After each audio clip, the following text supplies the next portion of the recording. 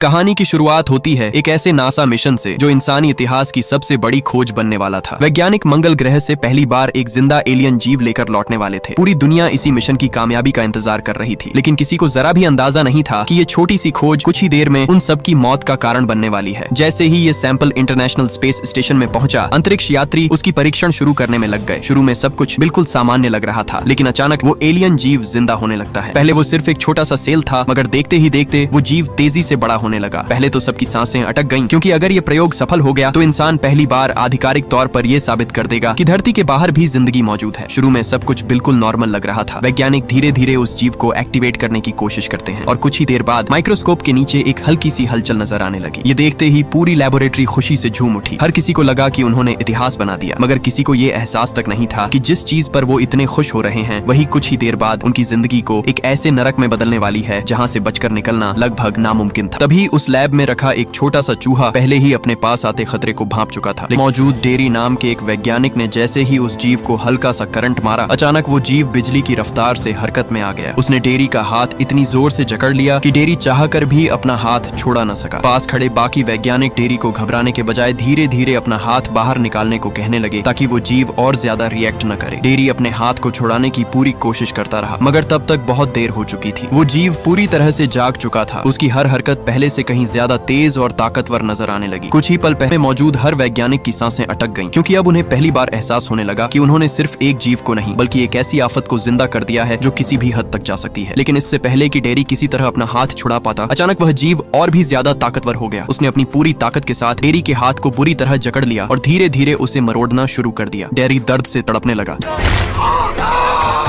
जबकि पास खड़े वैज्ञानिक घबराकर उसे बचाने की कोशिश करने लगे, मगर वहां मौजूद डॉक्टर मिरांडा ने उन्हें साफ मना कर दिया। उसने कहा कि अगर वो गलती से भी लैब का दरवाजा खोल बैठे तो वो जीव बाहर निकलकर सिर्फ इस स्टेशन ही नहीं बल्कि पूरी इंसानियत को एक ऐसे खतरे का सामना कराएगा जिसे रोकना नामुमकिन हो सकता है। इसी वजह से उसने मजबूरन लैब का दरवाजा न खोलने का फैसला किया। मगर तभी उस जीव ने अचानक डेरी का हाथ छोड़ दिया। जैसे ही डेरी ने अपना हाथ कैबिन से बाहर निकाला, वहाँ मौजूद सभी वैज्ञानिकों के होश उड़ गए, क्योंकि उसके हाथ की 5 उंगलियां टूट चुकी थीं। दर्द की शिद्दत बर्दाश्त न कर पाने की वजह से डेरी वहीं पर बेहोश हो गया। सभी वैज्ञानिक डर के मारे कांपने लगे, क्योंकि अब उन्हें समझ आ गया था कि ये जीव उनके लिए कितना खतरनाक है। जो चीज कुछ देर पहले उनकी सबसे बड़ी खोज लग रही थी, अब वही उनके लिए सबसे बड़ा खतरा बन चुकी थी। तभी डॉक्टर मिरांडा की नजर अचानक उस कैबिन पर पड़ी, क्योंकि कैबिन के अंदर लगे दस्ताने के जरिए वो जीव बाहर निकलने की कोशिश करने लगा। उसकी हर हरकत से साफ नजर आ रहा था कि वो अब पहले से कहीं ज्यादा तेज हो चुका है। ये देखकर लैब में मौजूद सभी लोग समझ गए कि अगर वो जीव किसी भी तरह बाहर आ गया तो हालात और भी खतरनाक हो सकते हैं। काफी कोशिश करने के बाद जब उस जीव को एहसास हुआ कि वो उन दस्तानों के जरिए बाहर नहीं निकल सकता, तो वो दोबारा कैबिन के अंदर चला गया। लेकिन अब उसके इरादे और भी खतरनाक नजर आने लगे। कैबिन के अंदर पहुंचते ही उसने उसी करंट पेन को अपनी ताकत से पकड़कर उसे 2 टुकड़ों में तोड़ दिया। ये देखकर वहां मौजूद वैज्ञानिक हैरान रह गए। इस बार वो जीव दोबारा पूरी ताकत के साथ उन दस्तानों की तरफ बढ़ा। उसने अपनी पूरी जान लगाकर उसे जोर से फाड़ने की कोशिश की। कुछ पल के लिए ऐसा लगा जैसे वो कामयाब नहीं हो पाएगा, लेकिन तभी अचानक वह दस्ताने बीच से फट गए और वह जीव केबिन से बाहर निकलने में सफल हो गया। अब तक जो खतरा सिर्फ एक बंद केबिन के अंदर मौजूद था, वह आजाद हो गया। लैब में मौजूद वैज्ञानिकों के लिए अब सबसे बड़ी मुश्किल शुरू होने वाली थी, क्योंकि उनके सामने एक ऐसा जीव था जो हर पल और ज्यादा खतरनाक होता जा रहा था। केबिन से बाहर निकलने के बाद वह जीव धीरे धीरे लैब के अंदर रखे गए एक चूहे के चैम्बर के वेंटिलेशन से अंदर घुस गया। इससे पहले कि वह चूहा कुछ समझ पाता, अगले ही पल वह जीव उस पर झपटा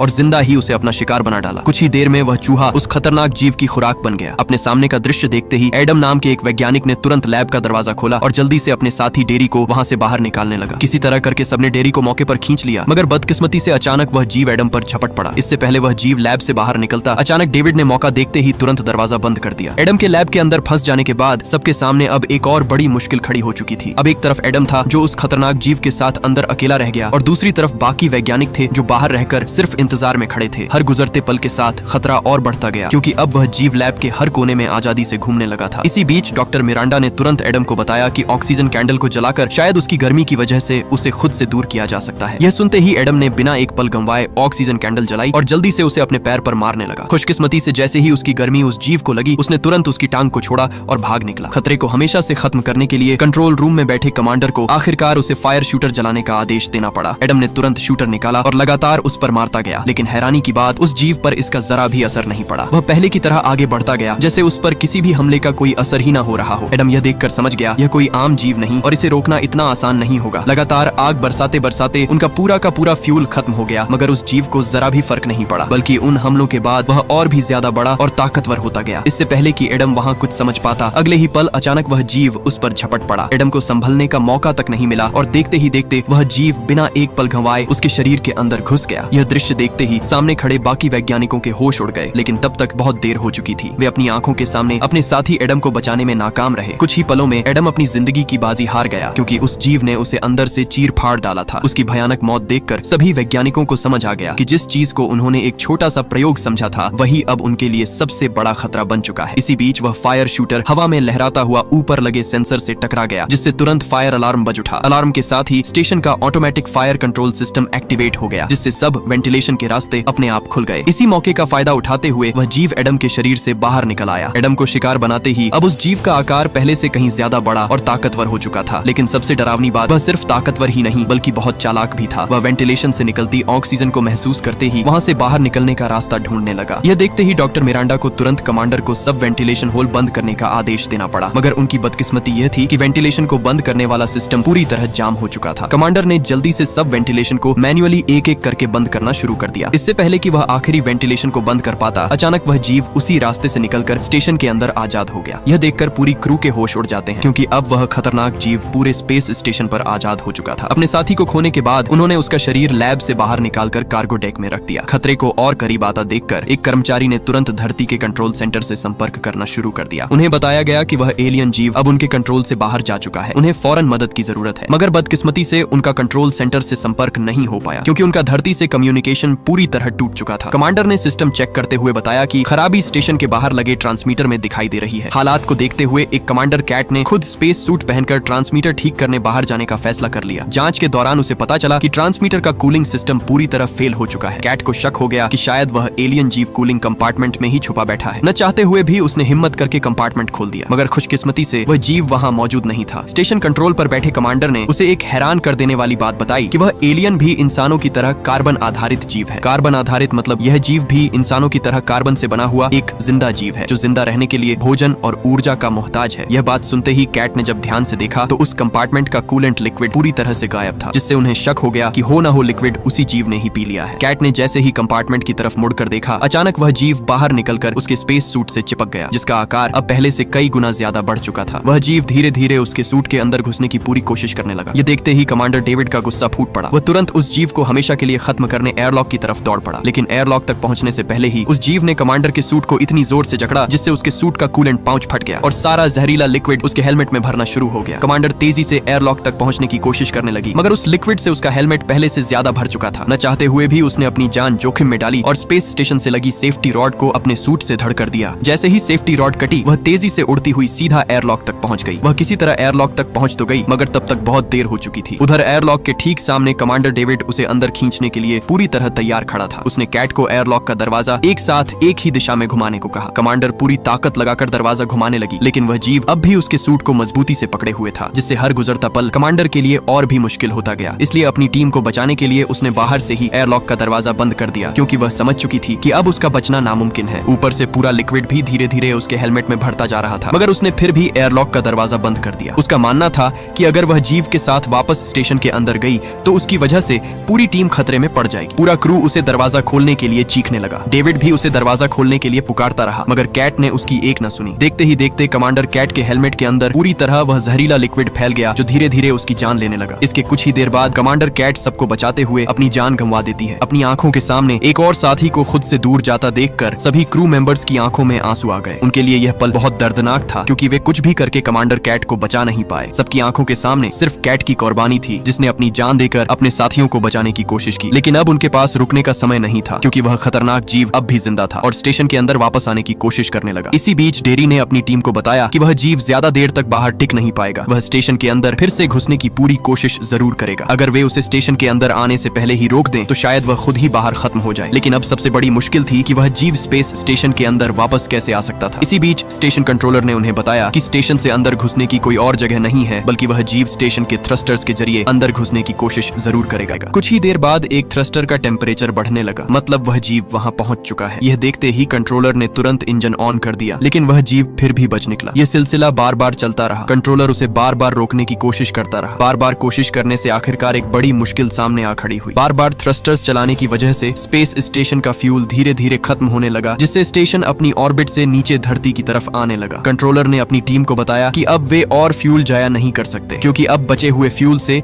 उन्हें स्पेस स्टेशन को दोबारा सही ऑर्बिट में लाना होगा। मगर तभी अचानक वह जीव एक थ्रस्टर के रास्ते दोबारा स्पेस स्टेशन के अंदर घुसने में सफल हो गया। बदकिस्मती से क्रू की पूरी टीम उसे रोक नहीं पाई। अब एक बार फिर मौत का खतरा उनके बिल्कुल करीब आ चुका था। खतरे को और भी करीब आता देखकर डेरी ने उन्हें एक प्लान बताते हुए कहा कि जैसे करोड़ों साल पहले मंगल ग्रह पर भी जिंदगी मौजूद थी, मुमकिन है यह जीव भी उसी समय से वहां जिंदा था। जब मंगल का वातावरण बदला होगा तो यह जीव हाइबरनेशन यानी गहरी नींद की हालत में चला गया होगा। उसका मानना था कि अगर स्पेस स्टेशन का वातावरण भी इस जीव के लिए खत्म कर दिया जाए तो शायद वह दोबारा हाइबरनेशन में चला जाए। उसने सबसे कहा कि सब लोग एक ही चैम्बर में बंद हो जाएंगे और पूरे स्टेशन की ऑक्सीजन बाहर निकाल दी जाएगी। सब डेरी के प्लान के मुताबिक एक चैम्बर में जाकर उसे सील करना शुरू कर देते हैं। मगर इसी दौरान डेरी की तबीयत अचानक खराब होने लगी। कमांडर मिरांडा ने उसके पास आकर उसका हाल पूछा, मगर डेरी ने बात को टालते हुए कहा कि वह बिल्कुल ठीक है। चैम्बर सील होने के बाद वे स्पेस स्टेशन की ऑक्सीजन निकालने का प्रोसेस शुरू कर देते हैं, जिसमें कई घंटे लगने वाले थे। इस इंतजार के दौरान डेरी अपनी टीम से कहने लगा कि वह एलियन उनसे नफरत नहीं करता, वह बस जिंदा रहना चाहता है और जिंदा रहने के लिए इंसानों को अपना शिकार बना रहा है। यह कहते ही डेरी अचानक दर्द से तड़पने लगा। डेविड मिरांडा कुछ समझ पाते इससे पहले ही वह बेहोश हो गया। बेहोश होने के साथ ही उसकी दिल की धड़कन भी पूरी तरह बंद हो गई। उन्होंने तुरंत डिफिब्रिलेटर से डेरी को बचाने की कोशिश की, मगर कोई भी फायदा नहीं हुआ। तभी मिरांडा की नजर डेरी के पैर की तरफ हलचल पर पड़ी। जैसे ही उसने ध्यान से देखा तो वो एलियन जीव डेरी की टांग से चिपका हुआ था, जो उसकी टांग को चूस कर खा रहा था। असल में डेरी को पहले ही पता चल गया था कि वो जीव उसके साथ चिपका हुआ है, लेकिन उसने अपनी टीम को नहीं बताया, क्योंकि उसे उस जीव से एक अजीब लगाव हो गया था। उसने खुद को उसके लिए कुर्बान कर दिया। मिरांडा ने तुरंत डिफिब्रिलेटर से उस जीव को झटका देने की कोशिश की। खुशकिस्मती से उस जीव ने डेरी को छोड़ दिया। सब लोग डर के मारे वहां से चैम्बर की तरफ भागने लगे। वो जीव भी उनके ठीक पीछे था। डेविड और मिरांडा मौके पर ही एक चैम्बर में घुस जाते हैं। स्टेशन कंट्रोलर भी जल्दी से एक स्लीपिंग पॉड में घुस गया। उधर उस जीव के हटते ही डेविड और मिरांडा जैसे ही डेरी को बचाने के लिए उसके पास पहुंचे, तब तक डेरी अपनी आखिरी सांसें ले रहा था। देखते ही देखते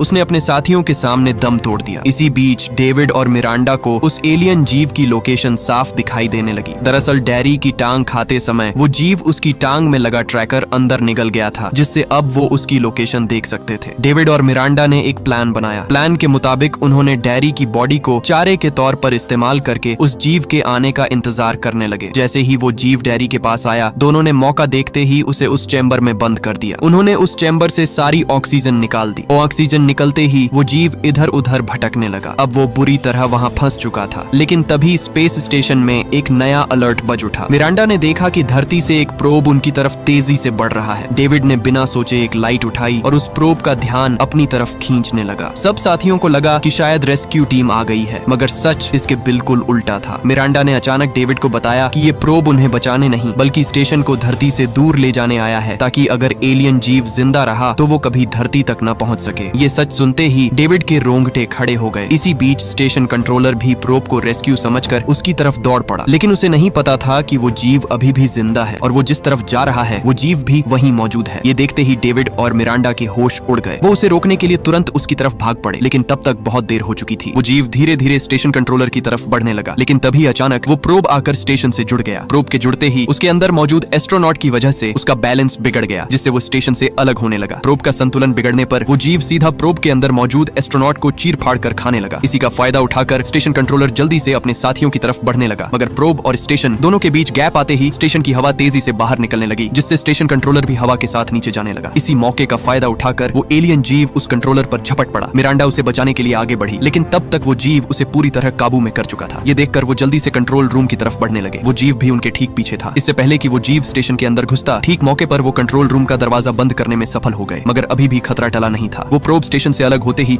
वापस स्पेस स्टेशन से टकरा गया, जिससे स्टेशन धीरे धीरे तबाह होने लगा। हर तरफ अफरा तफरी मच गई। लेकिन सबसे बड़ी मुश्किल अब भी वहीं की वहीं थी। वो एलियन जीव स्टेशन छोड़ने का नाम तक नहीं ले रहा था। अब उनके लिए मुश्किलें और भी बढ़ने लगी। ऑक्सीजन उनके स्टेशन से तेजी से खत्म होने लगी। तापमान भी धीरे धीरे नीचे गिरने लगा। सबसे बड़ी बात, स्टेशन तेजी से धरती की तरफ गिरने लगा। उनके पास अब सिर्फ कुछ ही समय बाकी बचा था। डेविड को अब सब कुछ समझ आ चुका था। अगर वो जीव किसी तरह धरती तक पहुंच गया तो इसका अंजाम सिर्फ उनके लिए नहीं, बल्कि पूरी इंसानियत के लिए तबाही साबित होने वाला था। अब उसके पास अपनी जिंदगी बचाने का नहीं, बल्कि उस खतरनाक जीव को हमेशा के लिए पृथ्वी से दूर रखने का फैसला फासला लेना था। तभी डेविड को एक आखिरी उम्मीद नजर आई। उसे याद आया कि स्टेशन में 2 एस्केप पॉड्स मौजूद हैं। उसने जल्दी से मिरांडा को अपना प्लान बताया कि वो उस जीव को अपने साथ एक पॉड में ले जाएगा और खुद भी उसके साथ धरती से दूर चला जाएगा ताकि वो खतरनाक जीव कभी भी धरती तक न पहुंच सके। मिरांडा ये सुनकर अंदर से पूरी तरह टूट जाती है क्योंकि वो डेविड को अपनी आंखों के सामने खतरे में नहीं छोड़ना चाहती, लेकिन दोनों जानते थे कि अब उनके पास सिर्फ यही एक रास्ता बचा है। आखिरकार दोनों ने जल्दी से अपने स्पेस सूट पहन लिए क्योंकि अब उनका आखिरी मिशन शुरू होने वाला था। डेविड जानता था कि वह जीव गर्मी की तरफ जरूर आएगा। इसी मौके का फायदा उठाते हुए उसने कुछ हीटिंग ट्यूब्स उठा ली और उन्हें जलाकर रास्ते में छोड़ता हुआ एस्केप पॉड की तरफ बढ़ने लगा। जैसे जैसे वह आगे बढ़ता गया पूरे चैम्बर में हल्की हल्की गर्मी फैलने लगी। उस गर्मी को महसूस करते हुए वह जीव सीधे डेविड के करीब आ पहुंचा। डेविड उसे अपने जाल में फंसाता हुआ जल्दी से अपने साथ एस्केप पॉड के अंदर ले आया। उस जीव ने आते ही डेविड को चारों तरफ से जकड़ लिया। खुशकिस्मती से सूट मजबूत था, वह उसे कोई नुकसान नहीं पहुंचा सका। उधर मिरांडा भी अपने पॉड में पहुंच चुकी थी। प्लान के मुताबिक दोनों ने एक ही समय अपने अपने पॉड्स लॉन्च कर दिए। धीरे धीरे दोनों पॉड्स अपनी अपनी दिशा में जाने लगे, लेकिन तभी अचानक एक सैटेलाइट का टुकड़ा उनके एक पॉड से टकरा जाता है। दोनों पॉड्स कुछ पल के लिए बेकाबू हो गए। दोनों पॉड्स तेजी से अपनी दिशा पर बढ़ने लगे। डेविड वाला पॉड उस खतरनाक जीव के साथ अंतरिक्ष की गहराइयों में बढ़ता गया। उस जीव ने डेविड को पूरी तरह जकड़ रखा था, मगर डेविड ने हार नहीं मानी। वह लगातार अपने पॉड को गहरे अंतरिक्ष में धकेलता गया। उधर मिरांडा का पॉड धीरे धीरे धरती के बहुत करीब पहुंच चुका था, लेकिन असली ट्विस्ट अभी बाकी था। उधर मिरांडा अपने एस्केप पॉड के साथ अंतरिक्ष की बेपनाह गहराइयों में लगातार दूर होती जा रही थी। उसके पास न वापस लौटने का कोई रास्ता था और न ही किसी से राब्ता करने का। उसके चारों तरफ बस खामोशी और अंधेरा था। उस खामोशी में मिरांडा धीरे धीरे हमेशा के लिए अंधेरे अंतरिक्ष में खो गई। दरअसल उस टक्कर ने दोनों पॉड्स की दिशा बदल दी थी। जिस पॉड में एलियन मौजूद था वह असल में धरती की तरफ बढ़ रहा था। कुछ ही देर में वह पॉड सीधा एक समुद्र में आकर उतर गया। वहाँ मौजूद 2 मछुआरे उस पॉड को देखकर उसके पास पहुंच गए। उन्होंने अंदर मौजूद एक आदमी को देखा जो कि डेविड था। उसे देखते ही उन्हें लगा कि शायद अंदर कोई जिंदा इंसान फंसा हुआ है। अनजाने में उन्होंने वह पॉड धीरे धीरे खोलना शुरू कर दिया। डेविड लगातार उन्हें पॉड का दरवाजा खोलने से मना करता रहा। वह चीख चीख कर उन्हें रोकने की कोशिश करता रहा, लेकिन बदकिस्मती से उन्हें उसकी एक भी बात सुनाई नहीं दी। जैसे ही दरवाजा खुला तब तक बहुत देर हो चुकी थी। अनजाने में उन मछुआरों ने अपने ही हाथों एक ऐसी मुसीबत को आजाद कर दिया था जो अब पूरी दुनिया के लिए खतरा बनने वाली थी। डेविड की कुर्बानी भी उस जीव को रोक न सकी और मिरांडा बेचारी हमेशा के लिए गहरे अंतरिक्ष में खो गई और अब वह खतरनाक एलियन धरती पर आजाद हो चुका था। और इसी के साथ यह कहानी यहीं खत्म हो जाती है। अगर यह वीडियो आपको अच्छी लगी तो इस वीडियो को लाइक और हमारे चैनल को सब्सक्राइब कीजिएगा।